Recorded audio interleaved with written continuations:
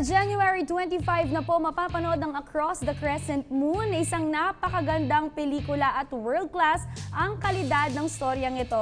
To know more about that, makakasama natin Karen Johnston and Jace Roque, ang cast po ng Across the Crescent Moon. Good morning. Good morning. Tell us more about the movie. It talks about a lot of issues prevalent in today's society, such as human trafficking and drugs and kidnapping. the divide that religion causes and prejudice. So tell me more about your experience while doing this movie. It was my Go first ahead. film, so I was very starstruck, and first drama too, so it was nice. And Paano kayo nag-internalize? Ano pa wala muna ang inyong mga characters dito? Well, actually, ako si Paolo dito sa Across the Crescent Moon. Isa ako sa mga kaibigan ni Jareen Tan. Jareen Tan. Jareen Tan, siya yung anak ni Dina Bonavi dito sa movie. Si Chrissy. And Gabby Concepcion. And Gabby Concepcion. Then si Karen, I play Jenny. Jenny. Kami talaga yung kabarkada ni Jareen dito sa movie. Ang role talaga is kidnap victims kami. So, nung nagsushoot kami talaga, it's very grueling, sobrang nakakapagod kasi emotionally draining siya. So parang naramdaman nyo yung mga totoong social issues na nangyayari sa ating bansa. Actually, yun talaga yung internalization na as if totoong kinikidnap kami. yeah, everyone's so talented and very good at acting. You really believe Saka, what's happening. so, kailangan mo ibigay lahat kasi you can't restrain yourself. Kasi pag na-restrain mo, hindi makukuha yung scene. Pero balita namin talagang kalat na kalat ang Across the Crescent Moon, world-class yung kalidad. Lalo na alam natin na powerhouse cast ito. Kasama natin dito sina... Actually, the movie stars Mateo Godicelli, we have Dina Bonavi, Gabby Concepcion, Christopher De Leon, Sandy Adalong, Joey Bascon, Ivan Carapiet, sino pa?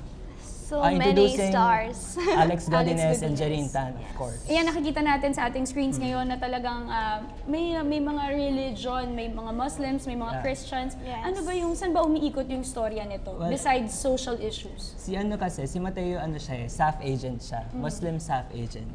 Tapos, well, you have to watch din para malaman nyo kung ano talaga yung premise ng story. But it's more about unity among Muslims and Christians. Kasi it doesn't really matter kung ano religion nung mahal mo, for as long as mahal mo siya.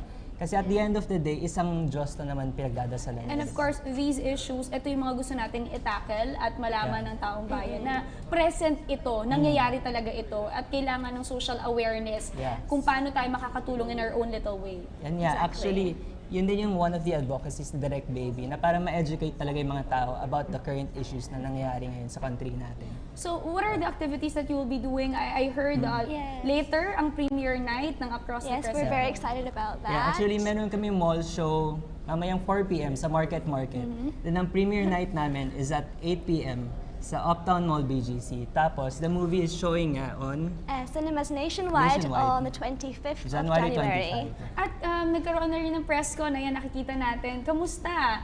I believe Karen was there? Yes, we were both there actually, yes. Well, it was fun. We didn't really talk that much. We let them do all the talking. Actually, first time na nag-press con talaga. So, we weren't really expecting nakakausapin kami ng press. Pero, nakatuwa naman kasi talagang interested sila malaman kung ano yung issues na tinatakal ng movie, sa kung ano-ano yung naging experience ng mga bawat stars dito, saka syempre yung pag-introduce niya kay Alex Godinez talaga. Kasi yung mommy niya sikat, si ano. You know what, I've closely worked with Direct Baby Nebrida also, at talagang magaling si Direct Baby. Alam niya yung mga dapat gawin, alam niya kung paano makukuha or makaka-capture yung hearts ng tao. Kaya ito pong Across the Crescent Moon, isang pelikula na very timely, lalo na sa mga social issues na nangyayari sa ating bansa. At kung di nyo naitatanong, part din po ako ng cast ng Across the Crescent Moon, kaya alam ko yung mga paghihirap, bawat eksenang ginawa natin.